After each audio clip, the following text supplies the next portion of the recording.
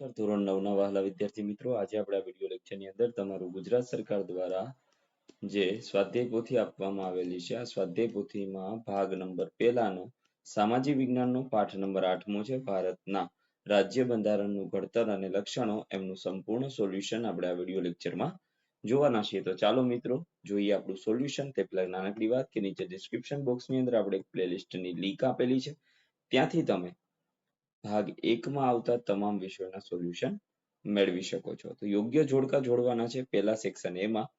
તો બંધારણનું વિશિષ્ટ લક્ષણ, તેમાં આવશે હકો અને ફરજો, લોકશાહી સમાજની મૂડી તો ન્યાયતંત્ર, કાયમી ગૃહ રાજ્યસભા, કાયદાનો અર્થઘટનની અંતિમ સત્તા તો એમની અંદર આવશે સર્વોચ્ચ અદાલત, કારોબારીથી સ્વતંત્ર તો અદાલતી સમીક્ષા.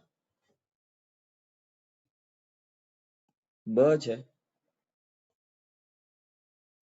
નીચેના ખરા ખોટા કરો, જેમાં પહેલું બેવડું નાગરિકત્વ ધરાવે ભારતનો નાગરિક તો ખોટું, લોકસભા કાયમી ગૃહ છે તો ખોટું, બંધારણ આમુખનો આત્મા છે સાચું, ભારત આમ જોવા જઈએ તો ખોટું પણ આવી શકે, કારણ કે આમુખ છે એ બંધારણનો આત્મા છે, બંધારણ આમુખનો આત્મા નથી. ભારત ધર્મ નિરપેક્ષ કે બિન સાંપ્રદાયિક હોય છે, રાજ્ય છે તો હા. પછી આવશે સાચું, પછી પાછું છઠ્ઠામાં સાચું, સાતમામાં ખોટું, આઠમામાં સાચું, નવમામાં ખોટું, દસમામાં ખોટું. યોગ્ય વિકલ્પમાં બંધારણના ખરડા સમિતિના અધ્યક્ષ હતા ડોક્ટર BR આંબેડકર, એટલે કે બાબા સાહેબ આંબેડકર. બીજું, કટોકટી સમયે ભારત એક તંત્રી વ્યવસ્થામાં ફેરવાઈ જાય છે. ભારતનું ન્યાયતંત્ર બંધારણનું રક્ષણ અને વાલી છે. બંધારણ ઘડતરનું કાર્ય ઈસવીસન 1949 માં પૂર્ણ થયું હતું. ભારતમાં સાર્વત્રિક પુખ્ત વય મતાધિકાર છે. કેન્દ્રમાં પ્રધાનમંડળની રચના સંસદમાંથી કરવામાં આવે છે. બંધારણ સભાના અધ્યક્ષ ડોક્ટર રાજેન્દ્ર પ્રસાદ હતા. ભારતના બંધારણની શરૂઆત આમુખથી થાય છે. રાષ્ટ્રપતિ રાજ્યસભામાં 12 સભ્યોની નિમણૂક કરે છે. હવે વિભાગ બી છે મિત્રો, એમાં જોઈએ પહેલો પ્રશ્ન, ટૂંકમાં આન્સર આપો. જેમાં પહેલું, આમુખના મહત્વ વિશે ટૂંકમાં જણાવો. તો આમુખ એ બંધારણનો આત્મા છે અને બંધારણના મૂળભૂત સિદ્ધાંતો અને ઉદ્દેશોને રજૂ કરે છે. તે નાગરિકોને ન્યાય, સ્વતંત્રતા, સમાનતા અને બંધુત્વના આદર્શો પ્રદાન કરે છે, જે બંધારણની ફિલસૂફીને સમજાવવામાં મદદ કરે છે. આમુખ નહેરુ અહેવાલમાંથી લેવામાં આવ્યો છે તથા આમુખનો ઢાંચો આપણા પ્રથમ વડાપ્રધાન શ્રી જવાહરલાલ નહેરુ દ્વારા તૈયાર કરવામાં આવ્યો હતો. બીજું, બિન સાંપ્રદાયિકતા એટલે શું? ટૂંકમાં જણાવો. તો બિન સાંપ્રદાયિકતા એટલે રાજ્ય દ્વારા કોઈ ચોક્કસ ધર્મને પ્રોત્સાહન ન આપવું અને તમામ ધર્મો પ્રત્યે સમાનતા અને તટસ્થતા જાળવવી. ભારતમાં રાજ્ય ધાર્મિક બાબતોમાં દખલગીરી કરતું નથી, પરંતુ ધાર્મિક સ્વતંત્રતાનું રક્ષણ કરે છે.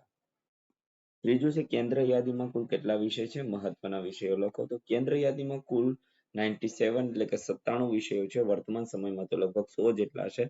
તો મહત્વના વિષયોમાં સંરક્ષણ, વિદેશી બાબતો, રેલવે, બેન્કિંગ, પોસ્ટ અને ટેલિગ્રાફ, નાણું વગેરેનો સમાવેશ થાય છે.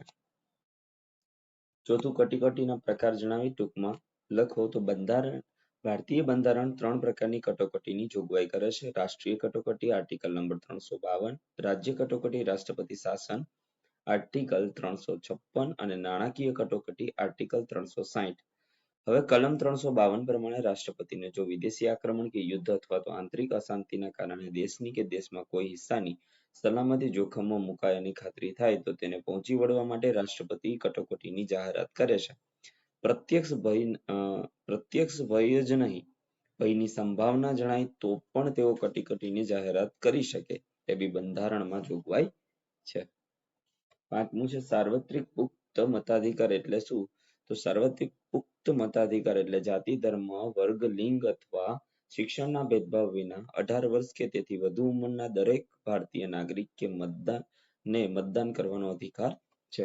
વિભાગ સી ની અંદર તમને એક કોઠો આપેલો છે. આ કોઠાની અંદરથી તમને ભારતની લોકશાહીને લગતા અમુક નામો છુપાયેલા હતા, એ શોધવાના હતા. આપણે અહીંયા શોધી દીધા. ત્યાર પછી અહીંયા આપણે એને લખવાના હતા, તો આપણે લખી દીધા. ત્યાર પછી ભારતીય બંધારણ ઘડતરની પ્રક્રિયા સમજાવો. હવે મિત્રો આપણે અહીંથી ધીમે ધીમે સ્ક્રોલ કરતા જઈએ છીએ, જે તમારે જોતું જવાનું.